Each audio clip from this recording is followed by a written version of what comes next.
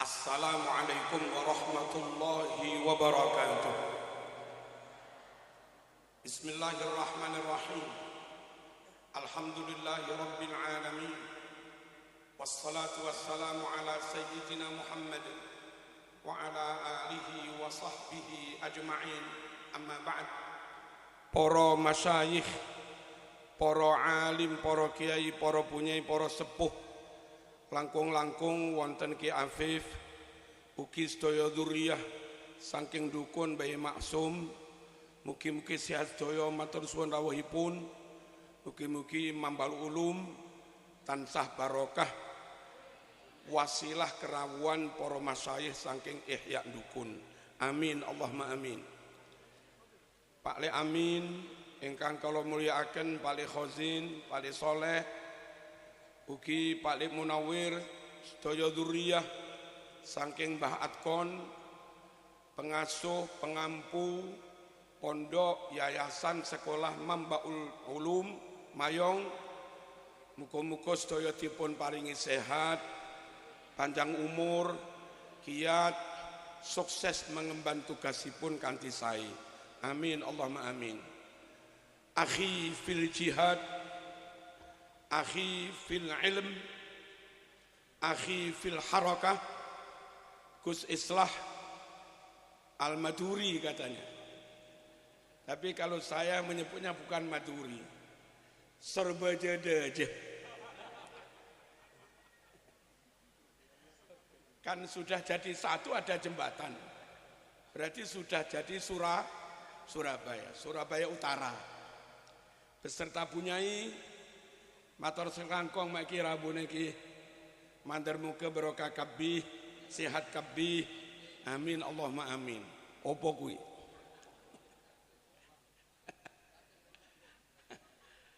Gus Sahrul pundi Pak? Sedaya pengurus NU cabang Lamongan, MWC yang rawuh, baik mungkin Kali Tengah, Karangbinangun, dekat yang lain-lain. Pak Agus, sedaya mawon ingkang rawuh, muga-muga NU Lamongan tetap sehat, tetap berjalan, tetap kuat, mampu menghadapi tantangan di Lamongan. Ampun ngantos kalah dengan yang lain. Amin Allahumma amin. Para kiai, para undangan sedaya, wonten pejabat ugi aparat ingkang sami rawuh, Pak Camat, Pak Dan Ramil, Pak Kapolsek, muga-muga Indonesia aman, Jawa Timur aman, Lamongan aman, Karangbinangun aman, sedaya muga-muga aman. Monggo dipun Fatihai yang rakyat meskipun mungkin agak sulit hidupnya, muga-muga diparingi sabar, diparingi ikhlas, diparingi sehat, diparingi kemampuan kekuatan menghadapi tantanganipun. Sing keamanatan jabat teng pemerintah, muga-muga diparingi ilham, hidayah, taufik saking Allah Subhanahu wa taala, memimpin ambil keputusan yang tidak memberatkan rakyatipun. Sedaya muga-muga bijak, rakyat bisa terima, ridho, ikhlas, pejabatipun mugi-mugi saged mangertos keadaan. Kita Fatihai Al-Fatihah. Bismillahirrahmanirrahim. Alhamdulillahirabbil alamin arrahmanirrahim. Iyyaka na'budu wa iyyaka nasta'in. Ihdinas siratal ladzina an'amta 'alaihim.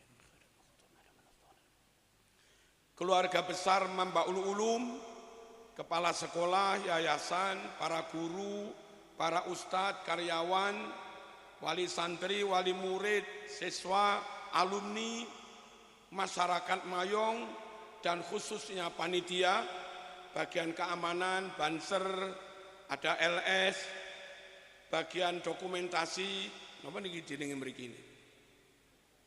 Sing tukang mutu-mutuin napa mriki jenenge? Bagian son, niki sonnya termasuk horek napa mboten niki? Lek horek hati-hati loh hukumnya.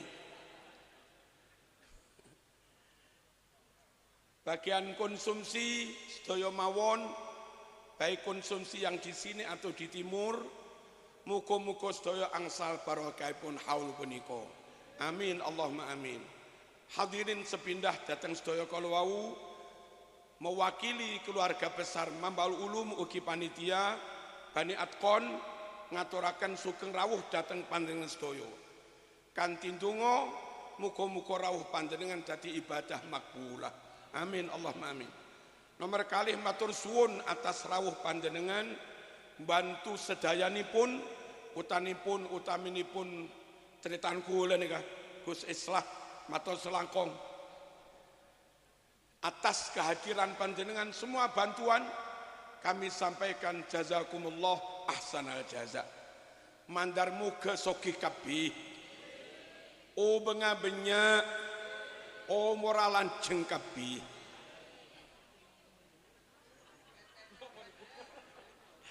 Umure dawa, duwike akeh, sehat. Amin Allahumma. Mesakaken enten Madura setunggal lek mboten campuri Madura. Terasing mesakaken ya. Nomor 3 barangkali kami dari keluarga besar Mambaul Ulum juga dari panitia dari Bani Atqon dalam hal ngaturi panjenengan baik itu lungguh, daharan, unjuan, berkat atau apapun menata majelis kirang pas, son kirang pas, mawan tuantu nyun ngapura ingkang agung. Oh, kok Jawa. Saterusé para rawuh dalam matur sekedhik, haul niki penting.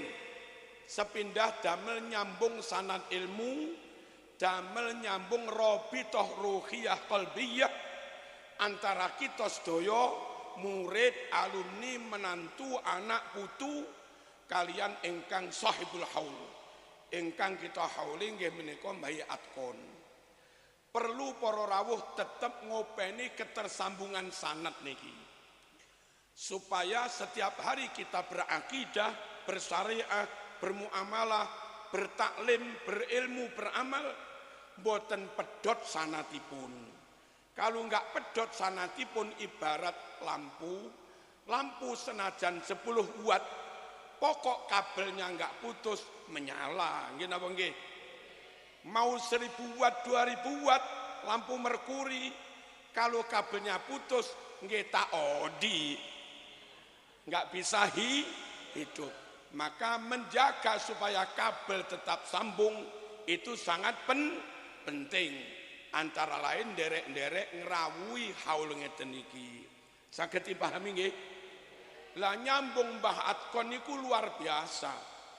Mayong gadah Mbah Atqon. Mayong kalih pangeran diparingi Mbah Atqon. Niku luar biasa. Gara-gara ada Mbah Atqon di sini, kita yang enggak pernah ketemu Mbah Hashim muassis NU, bersambung ilmu, akidah, amal, wirid, bersambung ke Mbah Hashim As'ari. Wong Mbah Atqon niku alumni tebu ireng. Bukan hanya itu, kali Mbah Hashim Mbah Atqon niki ditugaskan paring ajer Gus. Ndak Syekhona Pak tahun kasar.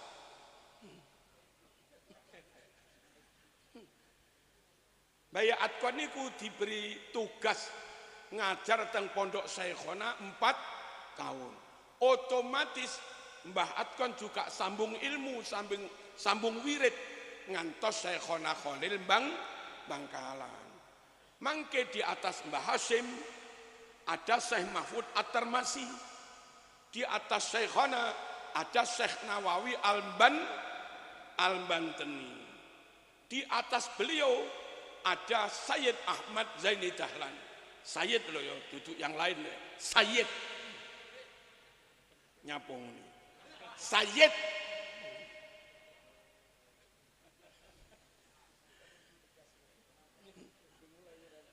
Napa? Nyerempet. Allahumma shalli ala sayyidina Muhammad. Di atas Sayyid Ahmad Zaini Dahlan wonten Syekh Abi Bakar Sato At-Timyati. Pengarang kitab I'anatut Talibin. Nah di atas beliau sambung-sambung ngantos Imam Syafi'i. Di atas Imam Syafi'i ada Imam Malik bin Anas, atasnya ada Imam Nafi', atasnya ada Abdullah bin Umar, atasnya lagi Kanjeng Nabi. Ojo putus dengan Mbah Atkon, ojo putus dengan Mbah Maksum, lewat jasa beliau penyambung kabel. Kita yang rapat duwe ilmu ibarat lampu mekur sakwat niki. Alhamdulillah sakwat tapi murup, sakwat tapi menyala krono sambung mayong ngoten lho. Halo. Sambung ihya. Kan gitu? Nah, barokah sambung mayong, sambung ihya, sambung Mbah Hasyim Asy'ari. Ngantos sambung Mbah Delan barang. Halo. Sambung Syekhona ngantos wau kula critakne sambung Kanjeng Nabi. Perlune tetap memastikan sambung sanad untuk memastikan apa yang kita yakini, akidah yang kita pegangi, ilmu yang kita amalkan setiap hari itu benar-benar ilmu yang terwarisi dari Kanjeng Nabi. Kalau yang kita amalkan ilmu yang terwarisi dari Nabi, berarti yang kita amalkan sehari-hari memang ajarannya Kanjeng Nabi, bukan ajarannya Nyun Sewu Stephen Hawking, bukan ajarannya Snoop Hurguronya, bukan ajarannya Van der Plas, bukan ajarannya James Wagar dan yang lain-lain, tapi benar-benar ajarannya Kanjeng Nabi. Nah, mereka yang mengamalkan ajaran Nabi itulah yang ada jaminan diterima. Mun amal, halo, lek beramal ternyata bukan ajarannya Kanjeng Nabi, tak terima. Enggak diteri. Nabi dawuh hadis sahih Muslim, man amila amalan laisa alaihi amruna fahuwa raddun. Siapa yang melakukan amal ibadah tidak ada dasar dari perintah kami, maka amal orang itu ditolak. Ayo tetap nderek ke salaf yang bersanad sampai Rasulullah sallallahu alaihi wasallam. Paham napa mboten? Niki perlu haul satu, tetap menyambung sanad. Nomor kalih para rawuh, ta'allamu min ansabikum ma tasiluna bihi arhamakum. Sira kabeh kudu weruh sapa nasabmu, jenengan iki keturunane sapa, saking Mbah Tekan pernah nopo, pernah mindowan Kiai kula kalih garwane Marzuki, pernah neluwan kula kalih Bunyai Marzuki. Kedah sumerep para rawuh dawuh Nabi lho niku, ta'allamu min ansabikum, belajar ngerti nasabmu, mata silu nabi arhamakum, supaya dalam hal bersilaturahim unggah-ungguh karo dulur mboten salah. Lek mboten enten reoni, mboten enten haul, jangan-jangan kalih minduane mboten ngertos. Langge dah kuwi mestine nyuwun sewu bulek mok celuk dik ya konyol. Mriki niki kalih dulur-dulur kelayar, Mbah Huda mantren. Mereka ini tasik nem-nem, lah tiba mbah ya kami. Anak-anak kami harus mengaturi mbah.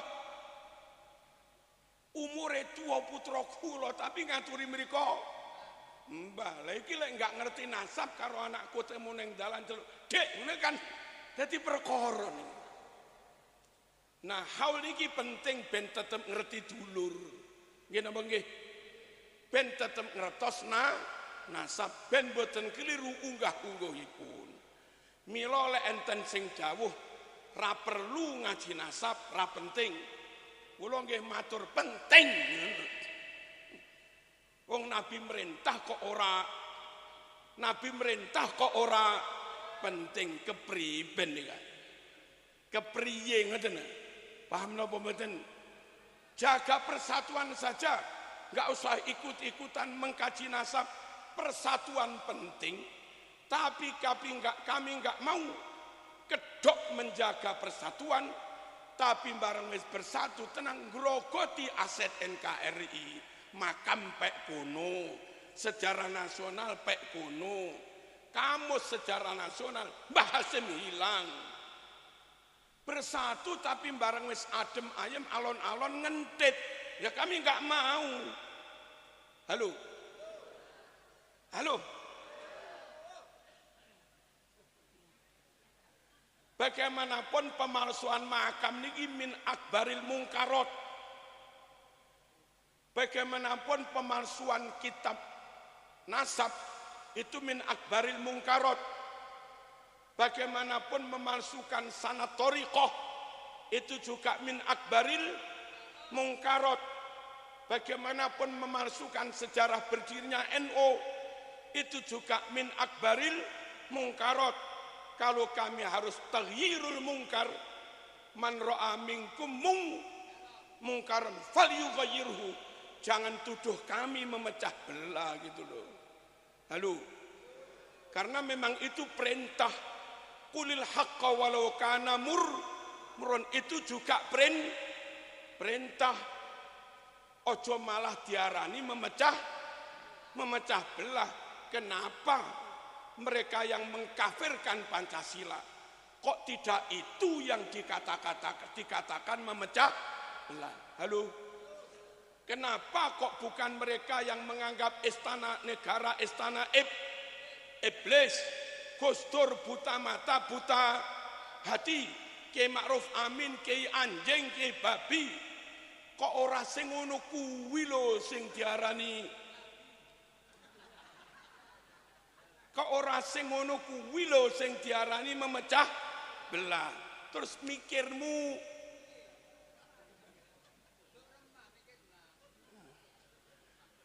sampeyan iki ngerti Madura tenan ta?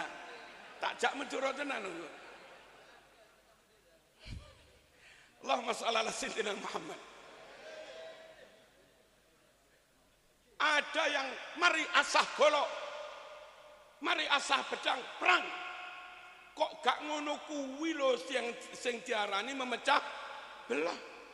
Dulu ada golongan berasal dari Bani Yaman ngebom gereja, Salim Tamimi dan yang lain-lain. Husain ngebom Borobudur. Kok gak ngono iku sing diarani memecah belah. Mbah Hasim dikatakan bodoh, nol. Dan itu menyakiti perasaan kami. Kok enggak ngono iku sing diarani memecah belah. Islam Nusantara niku isine madhab Syafi'i. Islam di Nusantara isine Asy'ariyah Maturidiyah. Islam di Nusantara isi thariqah Qadiriyah Naqsabandiyah Sadiliyah. Belakangan tambah Tijaniyah barang. Halo. Halo. Tasawufnya Imam Ghazali. Kok lalu yang Islam Nusantara kayak ngeten iki diarani sesat, diarani kafir. Kok enggak golongan ngene iki lho sing diarani memecah belah. Aneh napa aneh? Aneh napa aneh? Aneh. Lah perlu haul niki supaya nasab niku tetap asli, nggak dipalsukan, nggak ditambah-tambah, nggak diku. Allahumma shalli ala sayyidina Muhammad. Sekitar seminggu yang lalu, teng grup Mambak niki beredar ser-seran dawuh dari ulama besar Mekah mriko yang isinya menerima nasab kaum Ba'alwi dan menganggap bahas nasab, mempermasalahkan nasab itu menimbulkan perpecahan, harus dicegah. Wonten dawuh ngoten niku para rawuh. Terus kanca-kanca bingung. Lah iku ulama besar harus kita ikuti. Ngeten para rawuh. Sehebat apapun ulama, lek kuwi ulama luar negeri, bukan ulama dalam negeri. Dawuh hanya berdasar laporan. Dawuh hanya berdasar pembisik. Dia dawuh berdasar sing sowan sapa. dilapuri kaya apa, lalu berfatwa berdasar laporan. Halo, yang itu belum tentu faktual, yang itu belum tentu sesuai dengan kenyataan. Nggih napa nggih? Misale nyuwun sewu, enten Syekh besar teko Timur Tengah, rawuh teng mriki, dawuh kono kulon, kono etan, kono lor, kono kidul. Ulama besar dawuh ngono. Ngalime ngalim, hebatnya hebat, tapi permasalahannya bukan orang sini, nggak tahu kondisi yang sebenarnya. Lalu ono mung ketua ranting NU Ustadz Cili, ngilmune kalah adoh, coba yo kalah adoh, tapi asli wong kene roh tenan, mboten Syekh mriko kidul, mriko lor, kono kulon, kono etan. Saman sing akan saman pegangi ulama cilik tapi ngerti situasi, atau ulama gede tapi nggak ngerti situasi. Megangi kaul pendapat itu nggak harus ndelok gedene coba, didelok dawuh di bidang apa. Ulama besar dawuh di bidang tafsir, kita pegangi. Ulama besar dawuh di bidang usul fikih, kita pegangi. Ulama besar dawuh di bidang usul fikih hadis, kita pegangi. Tapi ulama besar luar negeri jauh tentang carane gawe pentol sing enak, ya kula luwih percaya nang ngene bakul pentol. Halo, paham ngeten njenengan? Jangan kepiawuyah tupai ulama gede semuanya harus dipegang. Deloken dia dawuh di bidangnya apa bukan. Contoh malih, enten kiai gede nganggep jajan iki haram berdasar buku yang dia baca mengandung glukotin misalnya, mengandung ada tripsin babi, tripsin misalipun. Terus teng mriki enten mung guru SMP ra iso maca kitab tapi ahli kimia. Jajan iki dibeto teng laboratorium, di blender, diberi cairan kimia untuk memisahkan unsurnya. Ternyata yang ada sedikit ada H2O, unsur air, sedikit ada glukosa, gula, dan nggak ada unsur tripsin, nggak ada unsur babi. Lalu guru SMP dawuh, setelah kami cek di laboratorium, saya katakan ini nggak ada unsur babi, halal. Tapi ono ulama bercoba nggak ngecek di laboratorium, haram. Mana yang dipegangi?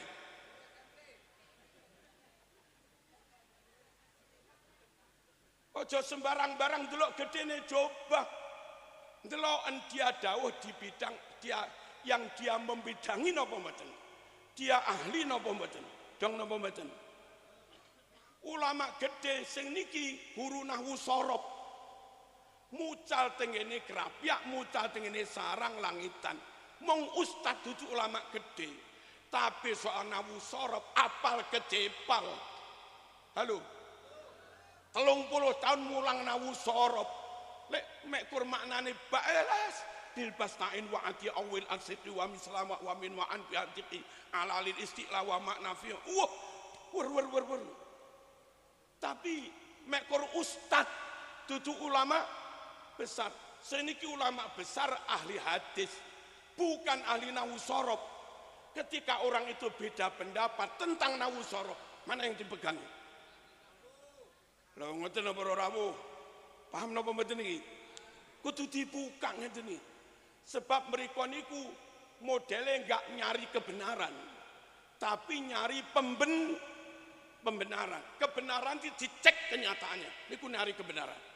Nyari pembenaran, sowan kiai top kon dawuh settingan sampun disetting ken dawuh ngeten iki.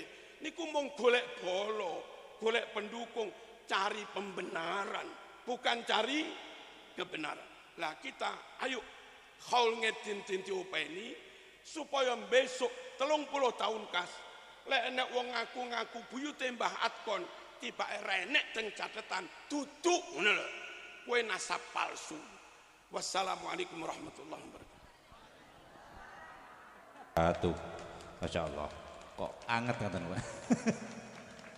Kita aturaken matur sembah nuwun kagem panjenenganipun Romo Kiai Haji Marzuki Mustamar ingkang paring sambutan atas nama Sohibul Ma'had ki sekalian pemanasan iki kangge Gus Islah Bahrawi. Para rawuh ingkang kula hormati, kita dherekaken mau'izatul hasanah kang mangke sepindah dipun aturaken kalian panjenenganipun Romo ngapunten Gus Islah Bahrawi Al-Maduri. Selajeng kaping kalih mangke dipun aturaken kalian panjenenganipun Bapak Kiai Haji Abdul Jalil.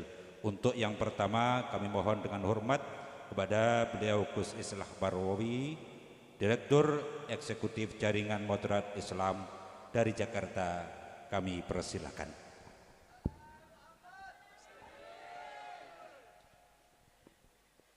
Bismillahirrahmanirrahim. Assalamualaikum warahmatullahi ta'ala wabarakatuh.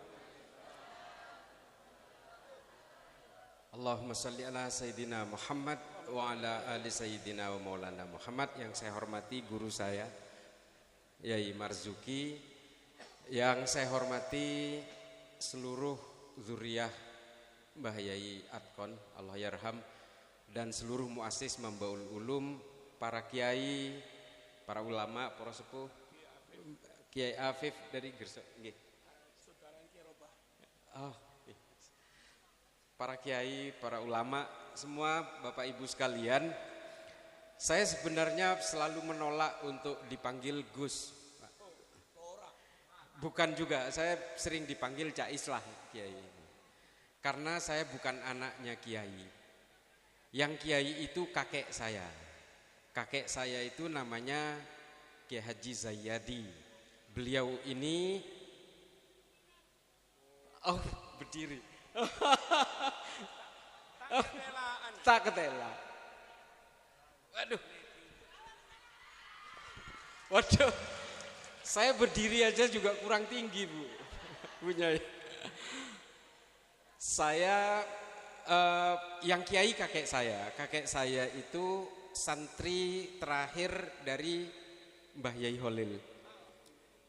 Namanya Kiai Zayyadi, satu kamar dengan Mbah Yai As'ad Samsul Arifin Sukorjo. Satu kamar. Jadi dulu kalau Mbah Yai As'ad ke Bangkalan pasti ketemuan dengan kakek saya. Bapak saya orang biasa, hanya pernah nyantri di Mbah Yai Usman Jatipurwo dan cuma ahli torikoh aja bapak saya. Orang biasa, bukan kiai, nggak punya pondok, cuma ngajar tajwid aja, biasa aja. Jadi saya biasanya dipanggil Cak Islah gitu. Karena manggul beban Gus itu berat sekali, berat. Nanti takutnya ini kok Gus tapi kok ini mukanya hitam. Ini dari pabrik ini, Pak. Ini lahir besar di Madura, bapak ibunya Madura, istri saya Madura, asli Madura. Jadi ya begini. Kalau saya orang Manado mungkin saya glowing ini. Ya mudah-mudahan hitam atau putih tetap masuk surga. Tapi kalau ukuran masuk surga itu hitam, ya yang lebih dulu masuk itu orang Cina dan orang Eropa, Pak.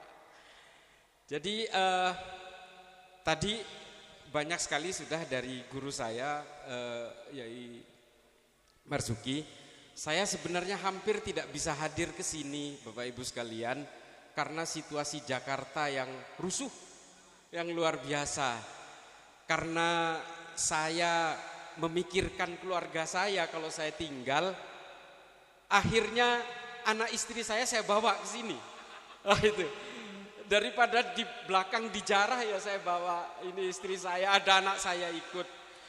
Anak saya 2 dan alhamdulillah enggak ribetnya saya aliran yang istrinya 1. Nah, coba bayangin kalau istri saya lebih dari 1, ribet sekali. Waduh, gimana ceritanya bisa gegeran di mobil itu. Jadi saya lewat darat dari Jakarta bawa kendaraan dan alhamdulillah saya yang memang merasa nyaman dengan yang cukup istri saya 1. Jangan tersinggung ya para kiai. Karena biasanya kiai ini ya lebih dari 1, tapi saya enggak. Karena saya bukan Gus, bukan kiai, ya udah saya 1 aja. Semuanya tauhid, enggak ada yang syirik. Saya ketawanya gitu amat ya. Tapi ya karena saya santrinya Mbah Yai Abah Yai Marzuki, Mbah Yai Marzuki bisa bahasa Madura. Nah, saya nggak bisa bahasa Jawa ini. Nggak apa-apa ya, saya bahasa Indonesia. Jadi memang saya termasuk aliran, ini mohon maaf, saya termasuk aliran yang memang istrinya satu. Jadi karena saya punya anak perempuan, saya takut anak saya nanti dikhianati oleh suaminya, kurang lebih gitu. Ya kan begitu kan. Saya sering mengatakan begini, ini perempuan-perempuan ini karena jarang sekali ahli fikih perempuan, akhirnya perempuan-perempuan Islam di seluruh dunia ini jadi korban produk fikihnya buaya darat semua itu. Ini mohon maaf, jangan ada yang tersinggung. Tapi memang fikih-fikih ini kemudian tidak terwakilkan dari kalangan perempuan. Ini kata seorang ahli fikih perempuan yang menurut saya terpercaya hari ini, namanya Profesor Dr. Azizatul Hibri, orang Libanon. Nah ini mengatakan ahli fikih perempuan ini harus lahir dan diperbanyak supaya keterwakilan perempuan di dalam Badsul Masail itu ada.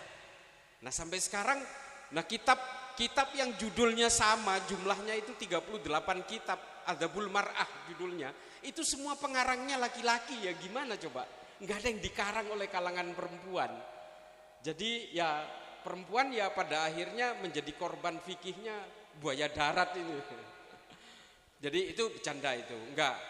Ini para ulama, para ahli fikih ini semua lebih memikirkan tentang kemanusiaan dan juga keberdayaan dari semua jenis kelamin sebenarnya. Cuma memang kalau kita perhatikan, ini saya mulai cerita ini. Di Saudi itu mengapa orang yang pada akhirnya tidak percaya terhadap adanya Allah dan tidak percaya terhadap Islam dan bahkan tidak percaya dengan agama-agama itu di Saudi itu dari kalangan perempuan. Rana Ahmad, Rahaf Al-Kunun, Dina Ali Sahlun, Ajla Aywa, ini saudara kembar. Ini semua kabur dari Saudi karena ajaran Wahabi yang dibuat oleh Muhammad bin Abdul Wahab itu mengerangkeng dan memborgol perempuan, sehingga seolah-olah Islam itu tidak membela kalangan perempuan. Jadi Rana Ahmad itu membuat buku, Pak, menceritakan kehidupan pribadinya, Bapak Ibu sekalian, bahwa saya lebih memilih tidak percaya adanya Tuhan karena Tuhan tidak adil. Ini kata Rana Ahmad. Kenapa? Karena Islam itu hanya hadir untuk kalangan laki-laki. Perempuan di Saudi tidak boleh bekerja, tidak boleh bersekolah, tidak boleh beraktivitas, semuanya diborgol di dalam rumahnya masing-masing. Bahkan ketika suaminya berkhianat sekalipun, perempuan tidak boleh protes, karena kalau protes dia akan masuk neraka. Ini kata Rana Ahmad. Maka proses pemborgolan terhadap kalangan perempuan ini sebenarnya adalah produk Wahabi pada awalnya. Ini saya ceritakan ini. Silahkan kalau ada yang lagi belajar Wahabi bantah saya. Secara historik mereka selalu memborgol perempuan itu karena mereka takut, Pak.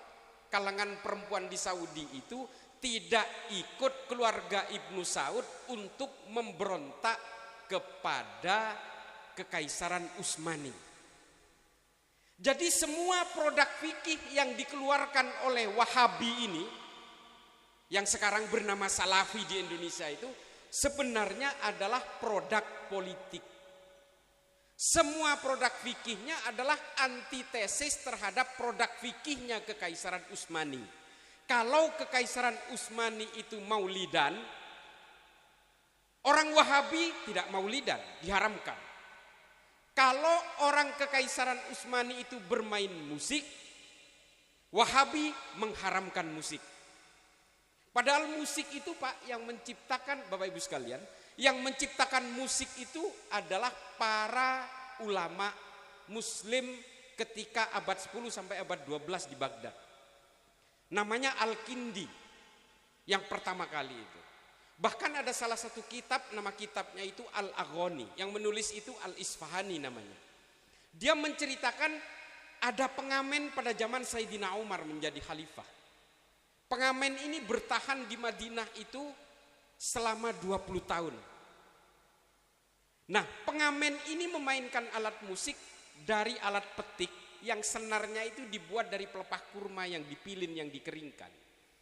20 tahun Artinya kalau musik itu diharamkan pada zaman Rasulullah, Sa'id bin Kathir ini, nama pengamen ini, tidak mungkin bisa ngamen sampai 20 tahun. Setelah itu Al-Aghani menceritakan ada seorang ulama namanya Ibrahim Al-Mausili. Dia itu mengumpulkan alat musik dari seluruh Arab untuk kemudian dipentaskan di Baghdad. Setelah itu ada ulama namanya Al-Kindi. Al-Kindi ini juga ahli fikih, ahli astronomi, dan juga ahli matematika. Dia membuat notasi awal, Pak, dari musik itu. Do, re, mi, fa, sol. Ini adalah notasi awal di dalam musik yang dibuat. Makanya musik Arab itu, nadanya itu begitu-begitu aja, Pak. Nggak terlalu banyak improvisasinya. Karena pembuatnya adalah Al-Kindi namanya. Setelah itu muncul kitab yang kemudian menjadi panutan dari musik dari seluruh dunia. Namanya Al-Kitabul Musikal Kabir. Yang menulis ini namanya Al-Farabi. Al-Farabi yang menyempurnakan notasi musik, dan kitabnya ini diterjemahkan ke dalam bahasa Latin namanya De Ortu Sintiarium. Ini yang kemudian melahirkan musik-musik barok namanya di Eropa itu, melahirkan Beethoven, Paganini, Mozart, dan seterusnya. Ini hasil pemikiran para ulama Islam. Wahabi kemudian mengharamkan 400 tahun kemudian. Apa tujuannya? Untuk melawan kekaisaran Utsmani, Pak.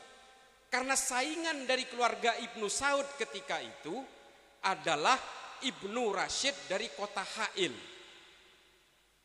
Keluarga Ibnu Saud ini tinggal di kota Najat namanya, dari Bani Tamim. Nah, Bani Tamim ini kalau kita runut ke belakang, Khawarij itu hampir semuanya Bani Tamim semua.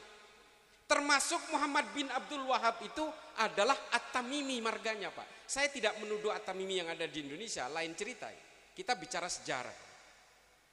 Nah, ini kemudian yang dibuat oleh Wahabi, direproduksi sebagai alat untuk melawan kepada kekuatan politiknya Utsmani, untuk membuat Saudi itu berada di bawah Ibnu Saud. Dan mereka menang, Pak. Nah, ini yang jadi masalah. Setelah keluarga Ibnu Saud menang, Wahabi berjaya, Pak. Ditambah dengan Saudi menemukan minyak pada tahun 1971.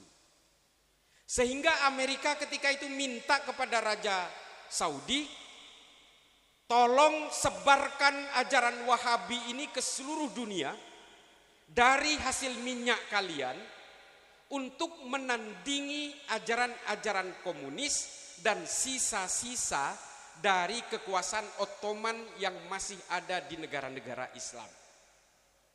Apakah saya ngarang? Enggak, Pak. Ini sudah diucapkan oleh Muhammad bin Salman. Silakan di googling itu. Bahwa ajaran Wahabi disebarkan termasuk ke Indonesia ini yang sekarang ngaku salafi, manhaj salaf dan sebagainya. Itu adalah produk politik yang memang dipropagandakan oleh Barat melalui kerajaan Saudi untuk mematikan ideologi-ideologi lain supaya apa? Umat Islam bisa dikendalikan oleh Barat. Nah, ini juga yang menjadi masalah hari ini, Pak.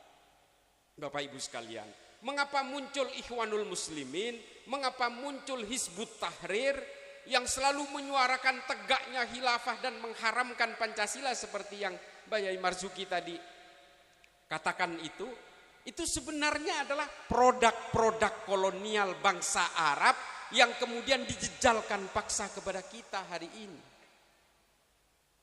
Nah, tujuannya apa?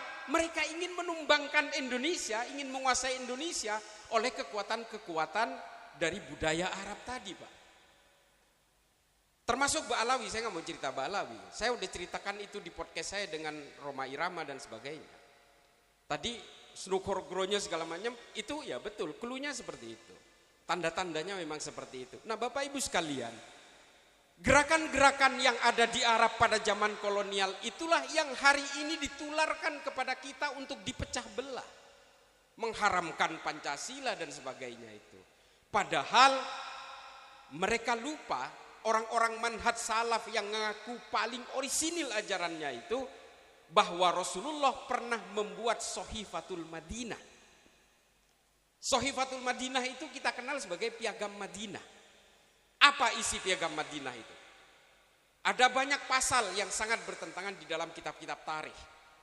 Tapi menurut Ibnu Ishaq bahwa pasalnya itu ada 38 dan isinya semua adalah memberikan hak dan kewajiban kepada orang apapun agamanya, apapun sukunya. Nah, orang-orang yang menganut faham Wahabi ataupun gerakan Ikhwanul Muslimin ataupun Hizbut Tahrir itu yang ingin mengecap kita sebagai orang-orang togut ini, orang yang tidak hafal sejarah, Pak, yang tidak mau mempelajari sejarah. Bahwa zaman Rasulullah memimpin Madinah itu justru orang-orang yang beragama lain dan bersuku lain itu selain Quraisy justru dilindungi dan diberikan hak.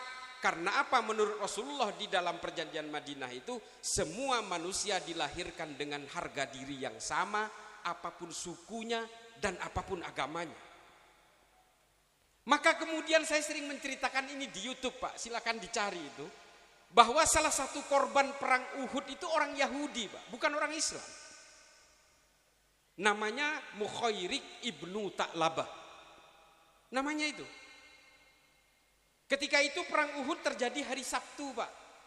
Perang Uhud terjadi hari Sabtu dan itu bertepatan dengan hari Sabat bagi orang Yahudi. Orang Yahudi itu kalau hari Sabat tidak boleh menyalakan lampu, tidak boleh keluar rumah dan bahkan tidak boleh memasak, Pak. Ini kalau sekarang ini kita pergi ke Baitul Maqdis, ke Yerusalem atau ke Tel Aviv di Israel sana, kalau pas hari Sabat itu semua lift lampu di seluruh kota nggak ada yang nyala. Saya nggak pernah juga, cuma ceritanya, katanya begitu. Nah, Mukhairik izin kepada istrinya, istriku saya mau berperang ke Uhud. Mukhairik ini hari Sabat, kamu itu tidak boleh keluar rumah. Kamu sekalinya keluar rumah di hari Sabat, kamu malah ingin berperang, kata istrinya. Apa kata Mukhairik? Istriku, kita hidup nyaman di bawah kepemimpinan Muhammad. Hari ini Muhammad berperang di Uhud karena diserbu oleh orang-orang Quraisy dari Mekah. Kalau saya diam saja di sini, lalu apa timbal balik saya kepada Muhammad, kata Mukhairik. Akhirnya istrinya mengizinkan Mukhairik. Baiklah Mukhairik, kamu berangkat aja. Mudah-mudahan kamu selamat. Sehingga Mukhairik sebelum berangkat meminta secari kertas, ambilkan saya secari kertas, saya ingin membuat surat wasiat. Salah satu surat wasiatnya adalah, kalau saya mati di medan Uhud, saya akan menghibahkan 3 kebun kurma saya kepada Muhammad. Ini Mukhairik, Pak. Orang Yahudi bukan orang Islam, Pak. Ketika berperang di Uhud, Mukhairik gugur, Pak. Coba. Sehingga sahabat kemudian bertemu kepada Rasulullah. Ya Rasulullah, kami punya masalah ini setelah perang ini. Ada seorang syuhada tapi dia bukan orang Islam. Kami bingung, kami mau menguburkannya dengan cara apa? Sehingga Rasulullah kemudian memberikan nasihat begini. Serahkan saja jenazah Mukhairik kepada keluarganya, biarlah keluarganya yang memakamkan sesuai dengan keyakinannya. Urusan Mukhairik mau masuk surga atau masuk neraka, biarlah Allah yang akan memutuskan. Yang kemudian dicatat di dalam kitab hadis Bukhari sebagai sahih dan sudah ditasih juga oleh beberapa ulama, yang direkam adalah Mukhairik adalah sebaik-baiknya orang Yahudi. Ini yang direkam, Pak. Kisah dibalik asbabul wurudnya dari sebab turunnya hadis ini cerita tadi, Pak. Sehingga ketika para sahabat menyerahkan jenazah Mukhairik kepada istrinya ini, kemudian istrinya menyerahkan surat wasiatnya. Lalu apa? Rasulullah menguangkan 3 kebun kurma yang dihibahkan oleh Mukhairik ini untuk modal awal pertama pembentukan Baitul Mal pertama di dalam dunia Islam untuk menyantuni janda-janda perang dan anak yatim korban perang. Jadi Baitul Mal pertama yang dibuat Rasulullah itu modalnya dari orang Yahudi ini. Ini adalah produk dari bagaimana Rasulullah itu menyatukan semua orang yang berbeda-beda di dalam satu negara bernama Madinah itu. Jadi kalau ada hari ini orang protes soal ketuhanan yang Maha Esa, mengharamkan Pancasila dan sebagainya, berarti nggak hafal sejarah, Pak. Ibnu Khaldun juga menulis dalam Al-Muqaddimah bahwa konsep bernegaranya Rasulullah itu namanya al-asobiyah. Rasa empati dan solidaritas kebersamaan atas nama negara. Berdasarkan Sohifatul Madinah tadi, Pak. Jadi kalau ada orang-orang radikal yang mengatakan bahwa Pancasila itu buatan manusia, bahwa Pancasila itu togut, kita tidak boleh mengikuti aturan yang dibuat oleh manusia, ini cara kerjanya Khawarij, Pak.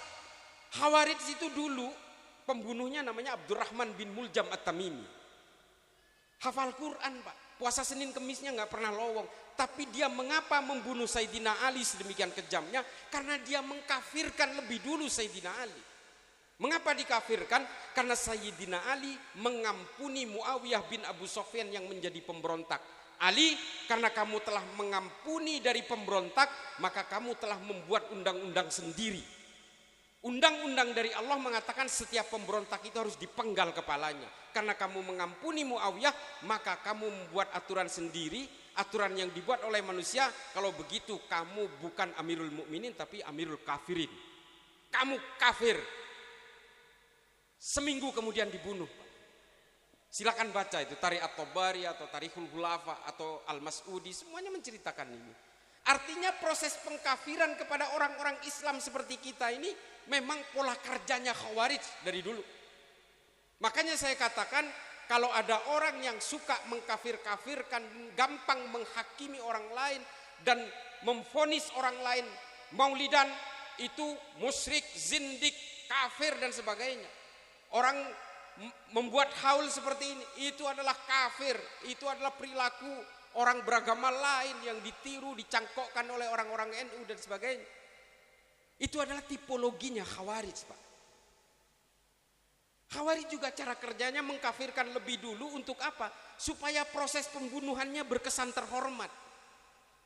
Kejahatan yang dilakukan atas nama agama itu selalu berkesan terhormat.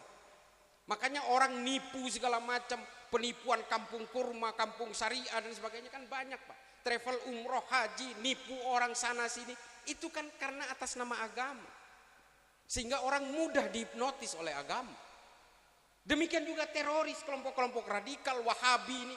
Sebenarnya mereka punya agenda politik, ingin menumbangkan NU karena ada salah satu tinjauan dari seorang akademisi namanya Phil Caruso, Pak. Phil Caruso ini seorang doktor profesor dari Tillman University. Ini mohon maaf Pak, saya sekolahnya di Amerika, jadi saya tahu persis kayak gini-gini.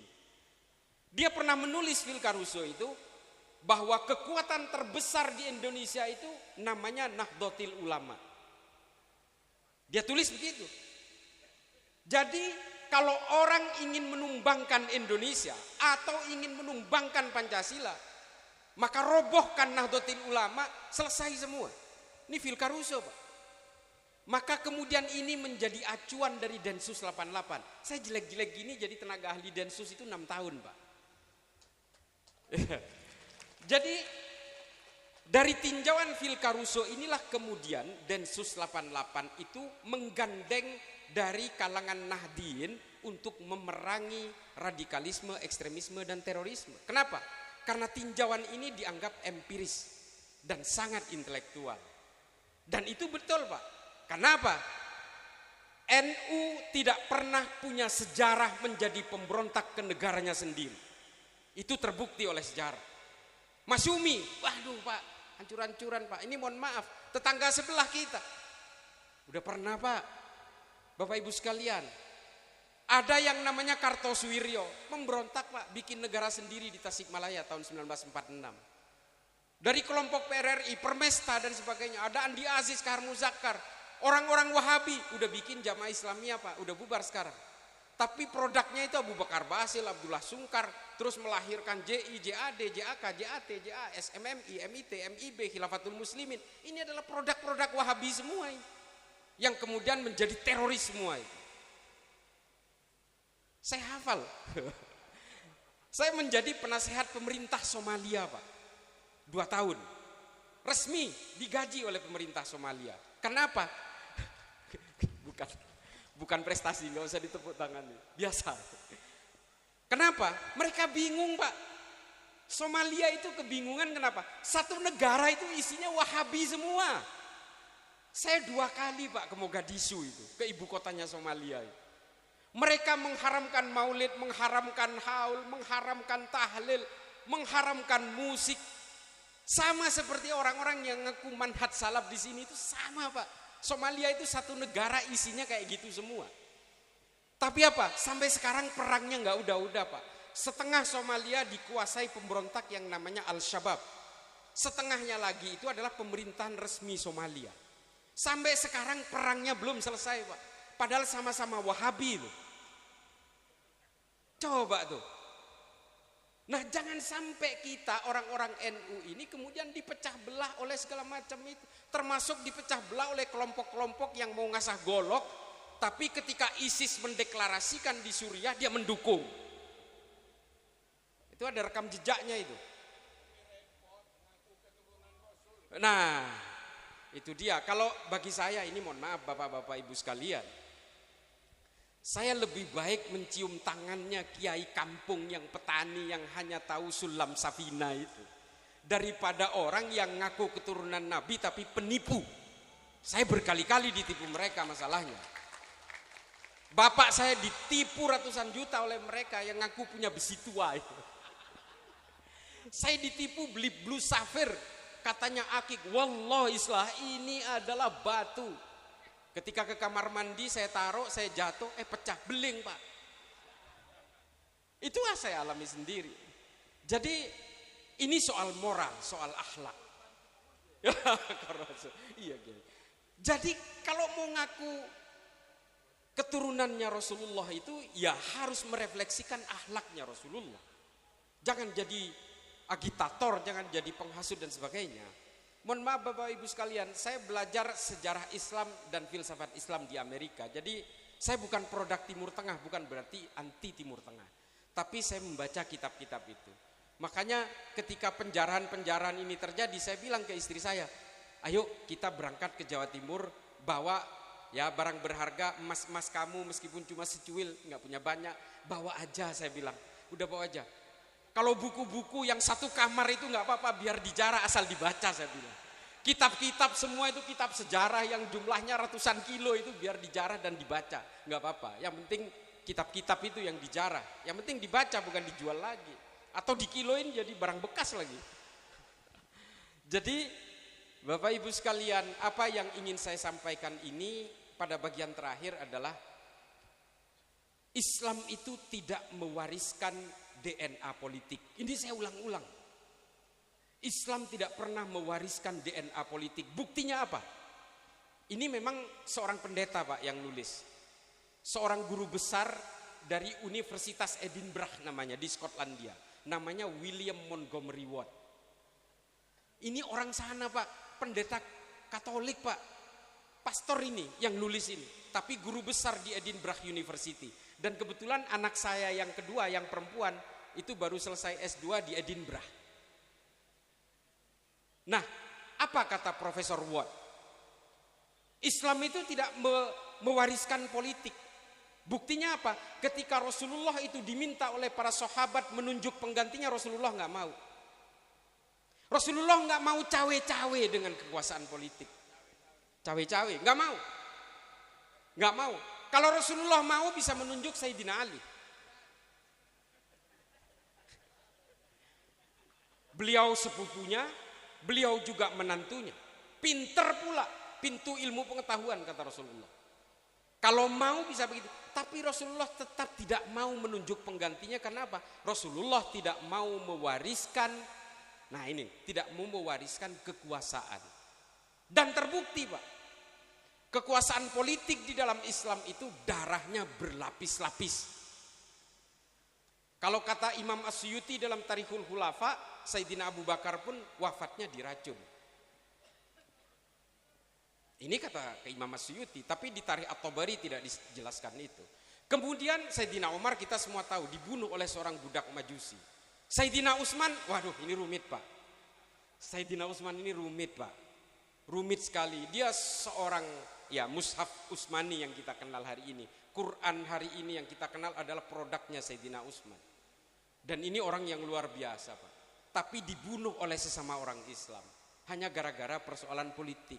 Kalau kata Imam Asyuti dalam Tarikhul Khulafa, salah satu pembunuhnya itu adalah Muhammad bin Abu Bakar yang kecewa karena batal dilantik menjadi gubernur Mesir. Dikepung 30 hari 30 malam sampai Sayyidina Ali tidak bisa membendung mereka. Sayyidina Hasan dan Sayyidina Husain diminta untuk menjaga pintunya, tapi ternyata dijebol dari pintu belakang. Lalu kemudian Muhammad bin Abu Bakar dan orang Mesir bekerja sama melompat dari belakang dan memenggal Sayyidina Utsman ketika sedang mengaji pada kata wal yatalattaf. Makanya dicetak merah, Pak. Karena wal yatalattaf itulah yang terkena ceceran darahnya Sayyidina Utsman. Dan sampai sekarang kalau terbitan Quran yang dulu wal yatalattaf itu dicetak merah. Karena itu adalah ceceran darahnya Sayyidina Utsman. Kemudian Sayyidina Ali.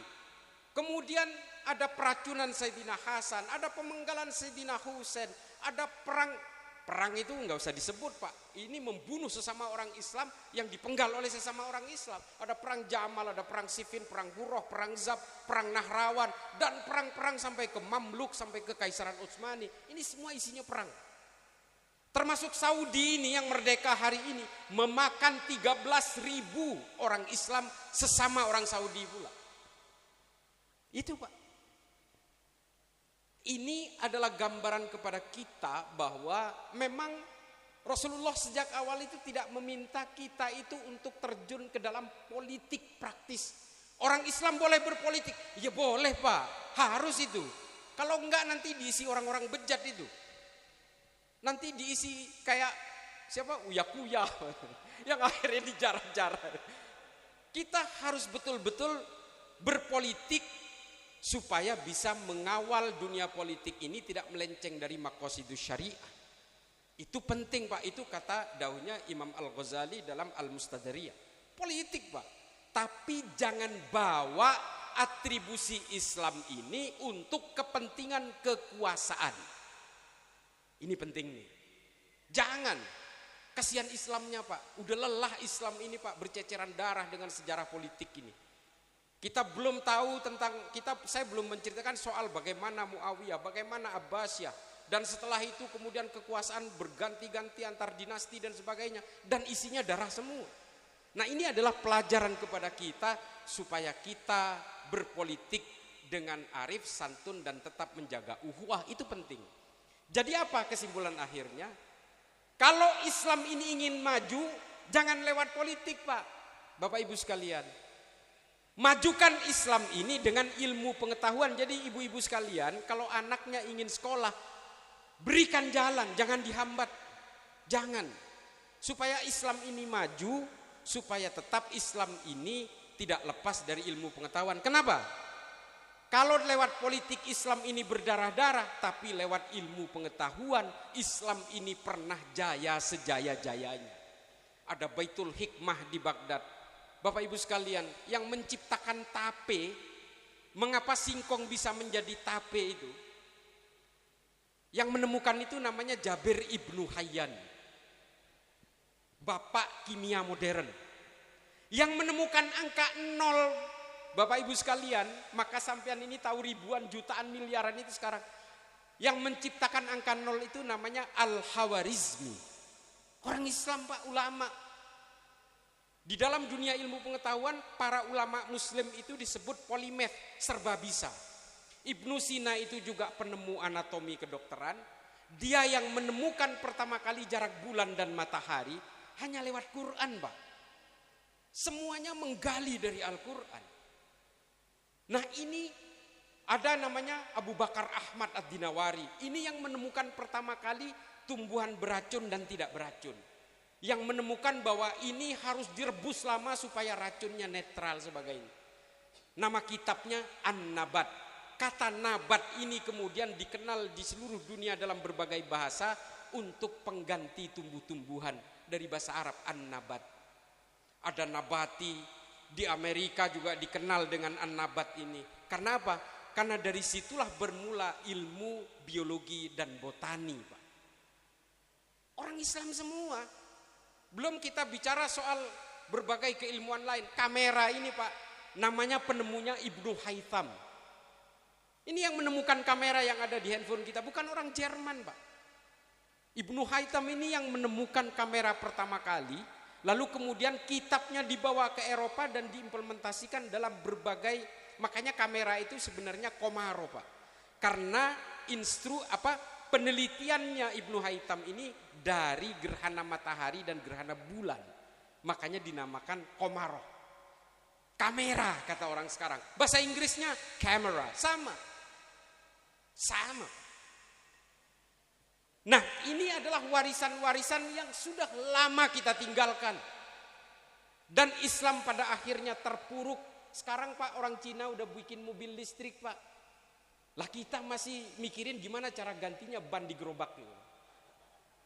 Huawei, Pak, perusahaan Cina itu sudah menciptakan prototype. Prototype itu adalah rancangan untuk handphone masa depan yang nantinya orang nelpon itu nggak pakai unit, Pak, nggak pakai begini. Jadi Huawei itu udah mikirin di dalam kepalanya manusia itu akan diberikan microchip. Yang kalau orang mau nelpon itu misalnya gini, istri, dia akan terkoneksi dan dia nggak perlu pegang begini, Pak. Dia udah ngomong sendiri dan monitornya ada di kacamata. 20 tahun kemudian seperti itu. Lah sementara kita masih pakai handphone tuh lalit itu loh. Ini adalah ketertinggalan peradaban dari umat Islam. Karena apa? Umat Islam meninggalkan ilmu pengetahuan sejak lama. Dan oleh itu orang-orang barat selalu menjejalkan Islam ini dengan mimpi-mimpi politik. Bukan lagi ilmu pengetahuan, karena mereka tahu, Pak, kalau orang Islam ini dekat dengan ilmu pengetahuan dan menguasai ilmu pengetahuan, mereka akan menguasai dunia. Jadi kesimpulan besar saya, Ikhwanul Muslimin, Hizbut Tahrir, FPI yang selalu menggaung-gaungkan khilafah itu adalah pengkhianatnya Islam. Karena selalu menggiring orang Islam ke arah kepentingan-kepentingan mimpi politik. Mari kita majukan Islam ini dengan ilmu pengetahuan. Tadi Yai Marzuki sudah menyebut Stephen Hawking. Mungkin Bapak Ibu sekalian nggak tahu. Stephen Hawking ini adalah pencipta yang namanya Black Hole and Big Bang Theory. Apa itu? Jajanan apa ini? Kata dia ini, Bu, kata Bapak Ibu sekalian, Tuhan itu nggak ada, Allah itu nggak ada. Yang menciptakan alam semesta ini adalah hukum fisika, namanya mekanika kuantum. Alam semesta ini terjadi karena ledakan besar antara energi positif dan energi negatif. Namanya Big Bang, ledakan besar. Yang kemudian menciptakan satu gravitasi, pusat gravitasi terbesar di alam semesta yang namanya black hole itu. Nah kemudian ini yang membuat alam semesta kita hari ini dan selanjutnya terjadi secara perlahan evolusif. Tadinya kita ini adalah hewan-hewan, tumbuhan dan sebagainya, lalu menciptakan spesies. Ini Stephen Hawking. Kira-kira ada ulama yang bisa ngelawan itu enggak? Pemikiran begini enggak? Sementara dia menceritakan dalam trilogi bukunya, saya udah baca, Pak. Saya udah baca semua itu.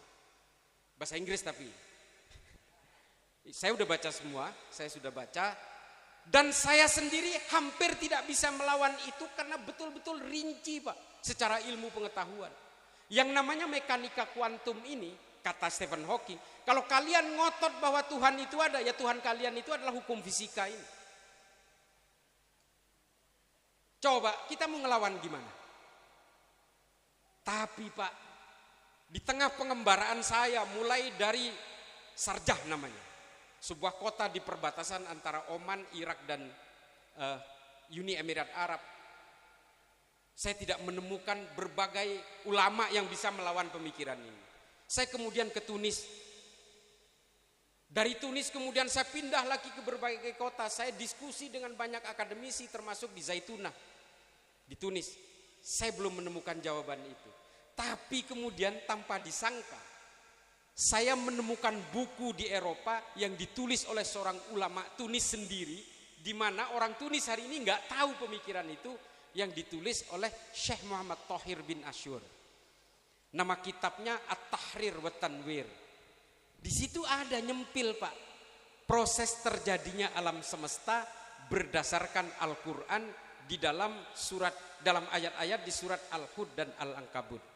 Syekh Muhammad Thohir menyebutnya al-ittisal wal infisal, penyatuan dan pemecahan. Menurut Syekh Muhammad Thohir bin Asyur, alam semesta ini terjadi karena sambaran petir dan air.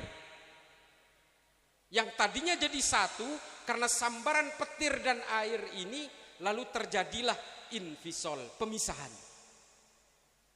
Ini kan mekanika kuantum Pak. Cuma karena kita lalai, kita seolah-olah tidak bisa menandingi pemikirannya Stephen Hawking. Sehingga apa yang terjadi? Anak-anak muda kita jadi ateis semua hari ini Pak. Banyak Pak. Kita kan taunya adalah orang yang masuk Islam. Karena ada baiat, ada baca syahadat. Kita tahu apalagi artis yang masuk Islam kan ada di infotainment itu. Ada di YouTube segala macam. Tapi orang yang keluar dari Islam karena tidak percaya adanya Allah kan banyak Pak yang diam-diam. Karena apa? Karena selama ini ulama banyak yang menjauhkan kita dari ilmu pengetahuan. Sampean belum baca seorang ahli saraf dari Inggris namanya Richard Dawkins. Judul bukunya Angan-angan tentang Tuhan. The God Delusion bahasa Inggrisnya. Saya udah baca Pak. Saya baca 1/4 aja sudah hampir murtad itu. Coba. Benar. Dia katakan Allah itu enggak ada. Tuhannya manusia itu urat saraf. Jumlahnya hampir 2 miliar di setiap badan manusia. Kalau urat sarafnya kurang komplit ketika lahir, anak itu cacat. Kalau manusia dipenggal lehernya, karena yang menjadi penghubung urat saraf dari kepala ke sensor motorik itu adalah leher, meskipun Tuhanmu ingin menghidupkan, saya pastikan 1000% pasti mati. Karena urat sarafnya sudah terputus dari otak dan sensor motorik. Ini kata Richard Dawkins Pak. Ada yang bisa ngelawan nggak? Enggak ada Pak, karena kita enggak mampu secara ilmu pengetahuan. Yang ada adalah daulah khilafah, tegakkan khilafah. Ini jebakan barat semua Pak, supaya kita itu tidak lagi memikirkan ilmu pengetahuan, supaya kita terus saja mikirin politik. Akhirnya apa? Jadi teroris, jadi ISIS, jadi Al-Qaeda dan sebagainya itu. Sehingga apa? Orang gerah melihat Islam. Orang melihat Islam seolah-olah pasti teroris. Ini saya alami Pak di Eropa, di Amerika juga begitu. Karena saya tinggal di Amerika. Ketika 9/11 terjadi Pak, yang pesawat nabrak gedung itu, saya tinggal di sana Pak. Dan saya rasakan bagaimana pandangan orang sana ketika saya mau Jumatan. Saya kalau Jumatan di Amerika pakai sarung Pak. Jadi ya NU ini nggak bisa ini lepas dari sini. Jadi reng mathura. Tanyata reng mathura. Ya pasti kita itu dipandang negatif. Karena umat Islam itu teroris.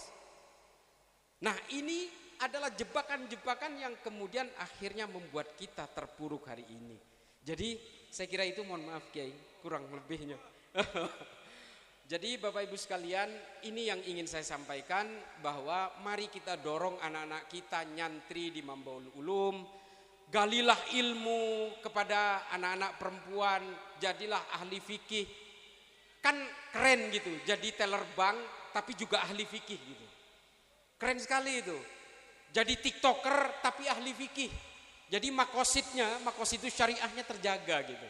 Itu keren itu. Jadi terutama ibu-ibu, anak saya makanya ketika dia minta izin ke saya, ya aku mau ngambil S2 di Skotlandia. Saya mau ikut tes LPDP. Ya udah. Silahkan aja, dan alhamdulillah lulus, dia dapat LPDP. Jadi saya sebagai saya bukan orang kaya, akhirnya anak saya dibiayai negara sekolah di sana Pak. Dan alhamdulillah udah lulus, tapi nggak bisa ikut hari ini. Tadi dia langsung ke Madura karena udah dibajak sama saudara-saudaranya karena baru datang. Jadi itu saja, mudah-mudahan ini bisa menjadi maslahat, menjadi manfaat bagi kita semua, terutama saya yang fakir ilmu ini. Bismillahirrahmanirrahim. Lan nufarriqu baina ahadin min rusulih wa qalu sami'na wa ata'na ghufranaka rabbana wa ilaikal masir wallahul muwaffiq ila aqwamit thoriq. Wassalamualaikum warahmatullahi taala wabarakatuh.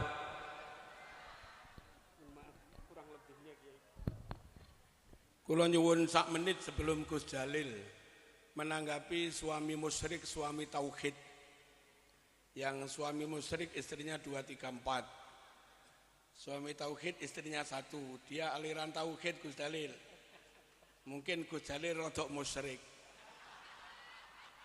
Nah, kepada suami-suami yang mungkin musyrik atau pengen musyrik, yang katanya itu syar'i sunnah Rasul, jawab pertanyaan saya. Wa min ayatihi an khalaqalakum min anfusikum azwaja. Di antara tanda-tanda kuasa Allah, Allah ciptakan untuk kamu azwaja, istri banyak. Azwaja itu jamak istri banyak. Berarti secara enggak langsung membolehkan loro telu papat. Tapi bagi sampean yang pengen sakinah bener, bahagia, damai, tentram dalam berkeluarga, Quran warning. Litaskunu ilaiha, agar kamu merasakan sakinah kepada istri itu. Pertanyaan saya, azwaja itu jamak. Mengapa dhamirnya mufrad ilaiha? Kok tidak ilaihinna? Artinya menurut Quran, untuk benar-benar sakinah mufrad saja, jangan tasniah, jangan jamak.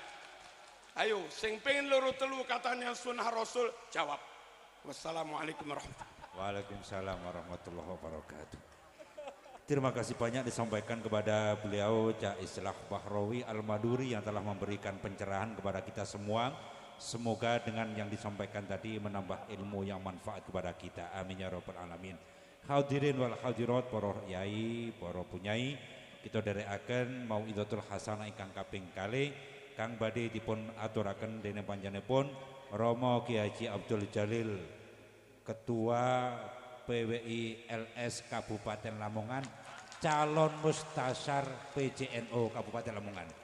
Dipun sumbangaken.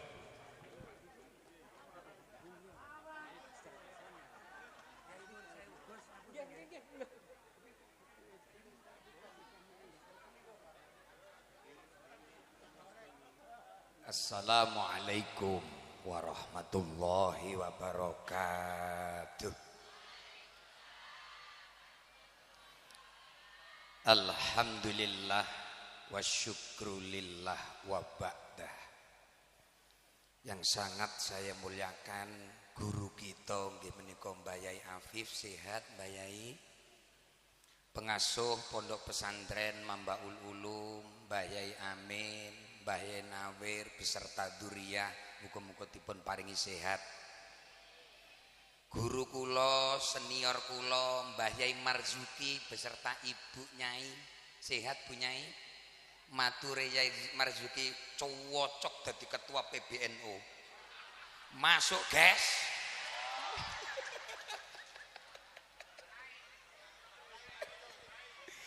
Terutama akhina fillah, diam-diam saya penggemar jenengan Gus. Duwe buku sing sampai saiki guru ngono sing iso memaknai. I hope your books gives me Gus. Insya Allah produk Lamongan tidak kalah dengan produk Amerika. Kami sebagai produk bukan Amerika tapi Ameriki. Sallu ala Nabi Muhammad. Wow, diaturakan Mbah Yai Marzuki, Masya Allah, memang betapa hebatnya haul menciptakan suasana yang indah, sanad, keilmuan dan semuanya. Allahumma. Tapi kemarin saya ada undangan Bapak Kapolri kali Bapak Irjen Pol Dr. Andes Anang Afianto, ketepatan dalam Dai Polda Yai. Beliau selalu menghimbau bagaimana negara Indonesia ini akan selalu aman. Allahumma amin. Kondisi zaman ini menentukan kita harus berbuat banyak. Perubahan zaman memunculkan lifestyle, gaya hidup. Gaya hidup niki ditutukno tidak punya basic agama, akeh wong stres. Stres dadi stroke, stroke dadi bongkok. Sallu ala Nabi Muhammad. Sing paling heran pada hari ini adalah ketika Yai Marzuki matur bahasa Madura, sampeyan lho kok yang guyu wae. Padahal gak paham itu. Apalagi Gus Islah, nggih ngeten iki Yai nek anake tukang rosok. Gus Islah itu lahir bulan April 71, saya lahir tanggal 7 bulan 7 72, selisih 1 tahun. Untung saya nggak lahir 71, kok 71 melo ireng aku.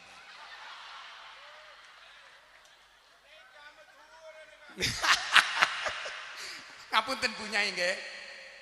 Ternyata Gus Islah wedi matek Bu Jakarta. Nggih napa mboten? Sallu ala Nabi Muhammad. Para rawuh ingkang kula mulyakaken. Alhamdulillah Bapak Kapolres Lamongan beserta teman-teman saya telepon, tolong kumpulin teman-teman pemuda, kumpulin ojol-ojol, masukkan ke Kapolres, kasih makan, ajak zikir. Insya Allah Jakarta boleh rusuh, Lamongan tidak boleh.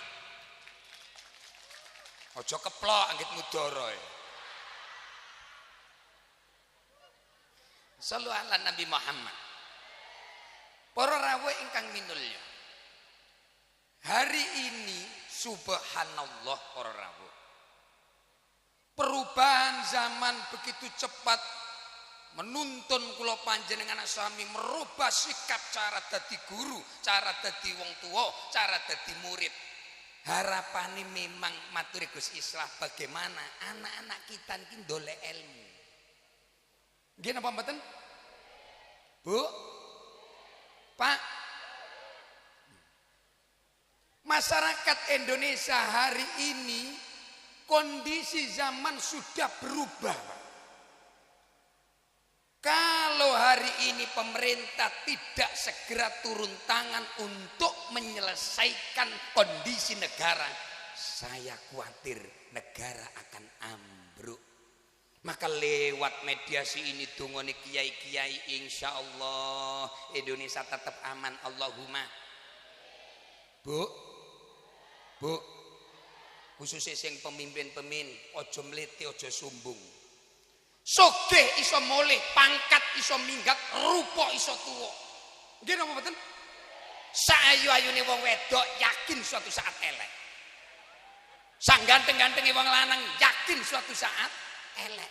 Sing ganteng iso elek, sing ayu iso elek. Apa maneh kitnom elek. Nggih napa mboten? Sing ireng ya tambah ireng. Mboten kula, mboten. Gak paham soalnya gak paham basa Jawa. Untung gak paham basa Jawa. Sallu ala Nabi Muhammad. Rupa iso tuwa, sugih iso mule, pangkat iso minggat, ngapunten. Sak dhuwur-dhuwure pangkat tetep iso minggat. Ono pemimpin terus mlete koyok bupati-pati. Jangankan orang 5.000, 50.000 gak mundur, gletak on. Nggih napa mboten, Pak? Memang berawal dari salah satu adalah pajak meningkat. Memang saya tahu daerah itu kalau ngelola daerah itu bisa maju, pajaknya harus ditingkatkan. Sekolah kepingin maju, yo SPP ini tundakno lho, guys. Nggih napa mboten? Itu maunya. Cuman apakah kalau negara pajaknya tinggi, negara pajaknya rendah, apa menjamin hebat maju? Tidak. Negara yang pajaknya tinggi adalah Norwegia, Swedia, Meksiko. 50% harta yang dimiliki dikasihkan untuk negara. Ayo lurah mayong, duit 10 juta, sing 5 juta dikekno pemerintah. Pret. Tapi di Meksiko mampu, tinggi. Ada negara juga yang pajaknya niku rendah, Emirat Arab, Swiss, Singapura.